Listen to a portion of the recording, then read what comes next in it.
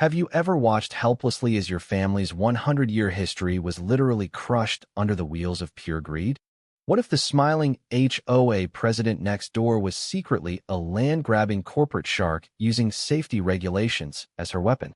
And how sweet is it when the quiet, patient guy everyone underestimated turns her own corruption into the noose that hangs her? Picture this peaceful corner of suburban America called Willow Creek Estates. On the surface, it's all manicured lawns, matching mailboxes, and that false sense of community where everyone waves like they're in a toothpaste commercial. But underneath, a web of ridiculous rules enforced by people like Karen Langley, the queen of, "I'm just here for the children and property values." Darling, my name is Ryan Caldwell. 3 months ago, I was a 54-year-old retired Army Corps of Engineers guy living quietly on the 5-acre piece of land my great-grandfather built in the 1920s. The jewel? Our hand-built oak bridge over Willow Creek. For generations of my family have crossed it. Proposals happened on that bridge. My daughter Emily took her first steps across those planks. My wife and I renewed our vows there last summer while fireflies danced above the water, though it still carried the faint scent of linseed oil my great-grandpa used. And every handrail groove told a story you couldn't buy at Home Depot. Then Karen slithered into the neighborhood 6 months ago. Former corporate lawyer turned suburban dictator, with perfectly coiffed blonde hair that defied wind and gravity, designer suits for grocery runs, and a leather binder she clutched like it held the nuclear codes. She made her fortune helping developers bulldoze family farms for strip malls. Now she'd set her sights on our quiet street. Within weeks, she'd maneuvered herself into HOA presidency with that fake polite smile and promises of modernizing for everyone's benefit. Her first decree? My century-old bridge was a substandard infrastructure hazard threatening property values because apparently authentic craftsmanship is bad for business when you're secretly planning luxury developments. I'll never forget our first face-off. She showed up at my door in a crisp white blazer, legal papers in hand, flashing that smile that could freeze hellfire. "Mr. Caldwell, we're all about progress here in Willow Creek Estates," she cooed, voice dripping with concern so fake it had an aftertaste. "That rickety old thing is dragging down everyone's home values by at least 0.3%. Think of the children who might trip." I leaned against the doorframe, arms crossed, keeping my army hone calm. "The only thing tripping here is your logic. Karen, this bridge stood when this was cow pasture. My great-grandpa cut every beam himself." Her eyes narrowed just a fraction. "Progress waits for no one. Ryan dear, replace it with our approved concrete span or face $500 daily fines. It's for the community." The community. Right. The same community that lost its mind if your grass was 3.1 inches instead of 3.0. I didn't explode. I smiled politely and closed the door. Because 20 years in the Corps taught me every structure has weak points. Every enemy has vulnerabilities. And every problem has a solution if you gather enough data first. When I refused her ultimatum, the cement truck parade began.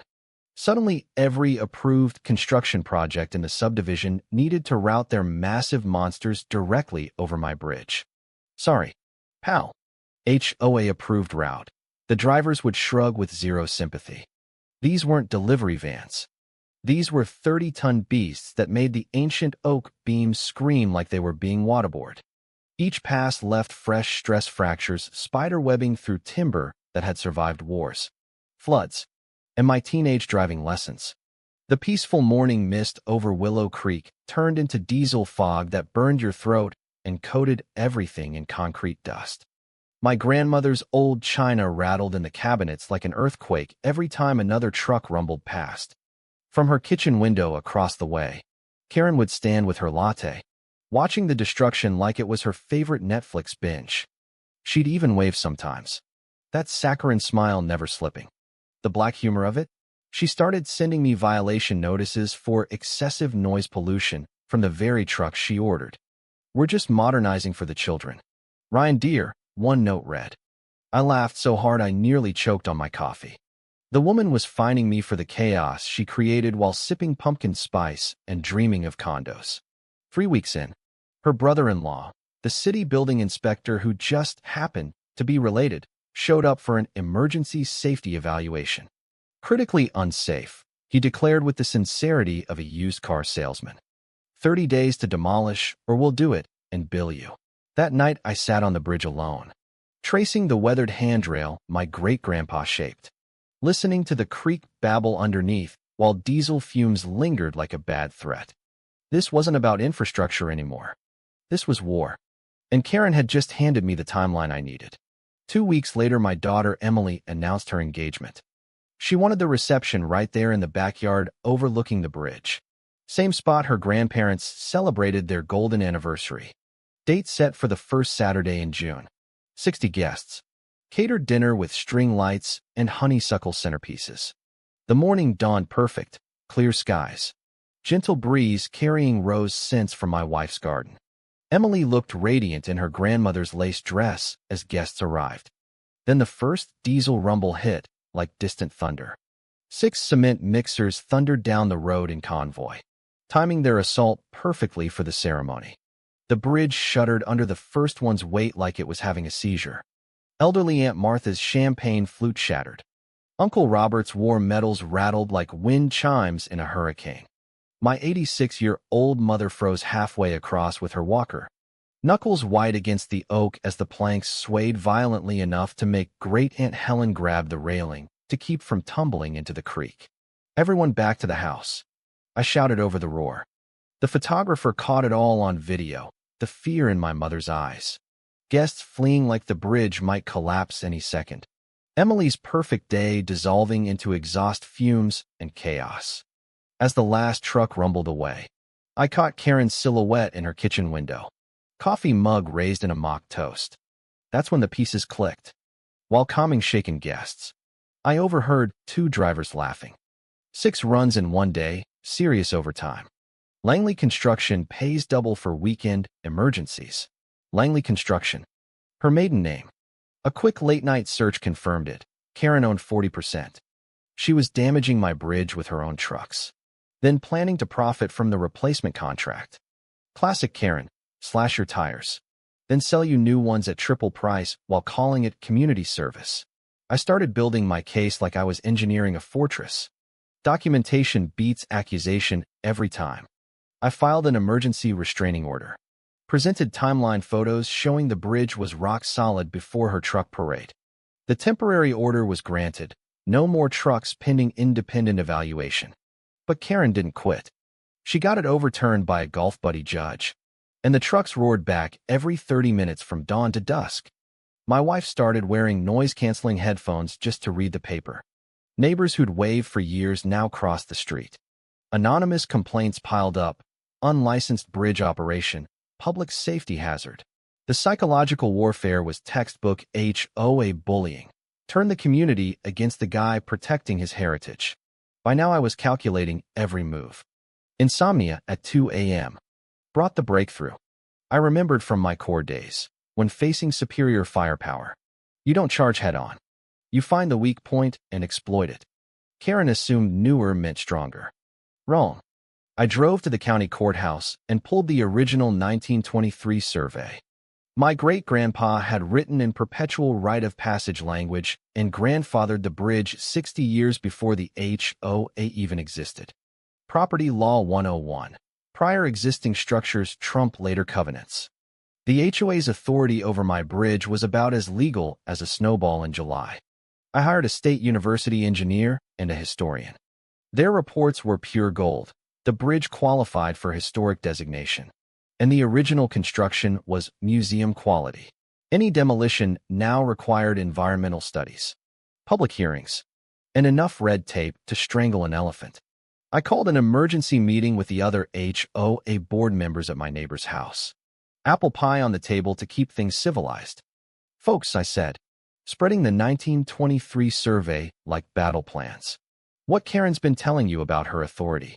It's not just wrong. It's legally radioactive. One board member's face went pale. Ryan, are you saying we've been operating outside the law? I'm saying you've been played. Time to level the field. By morning, 3 members quietly distanced themselves from her crusade. But Karen doubled down like a Vegas gambler on tilt. She called an emergency HOA meeting, packed the room with supporters she'd bullied or bribed, and launched a PowerPoint masterpiece of manipulation. "This antiquated bridge endangers us all," she declared from the podium, voice oozing manufactured regret. "Mr. Caldwell's selfish refusal forces us to act."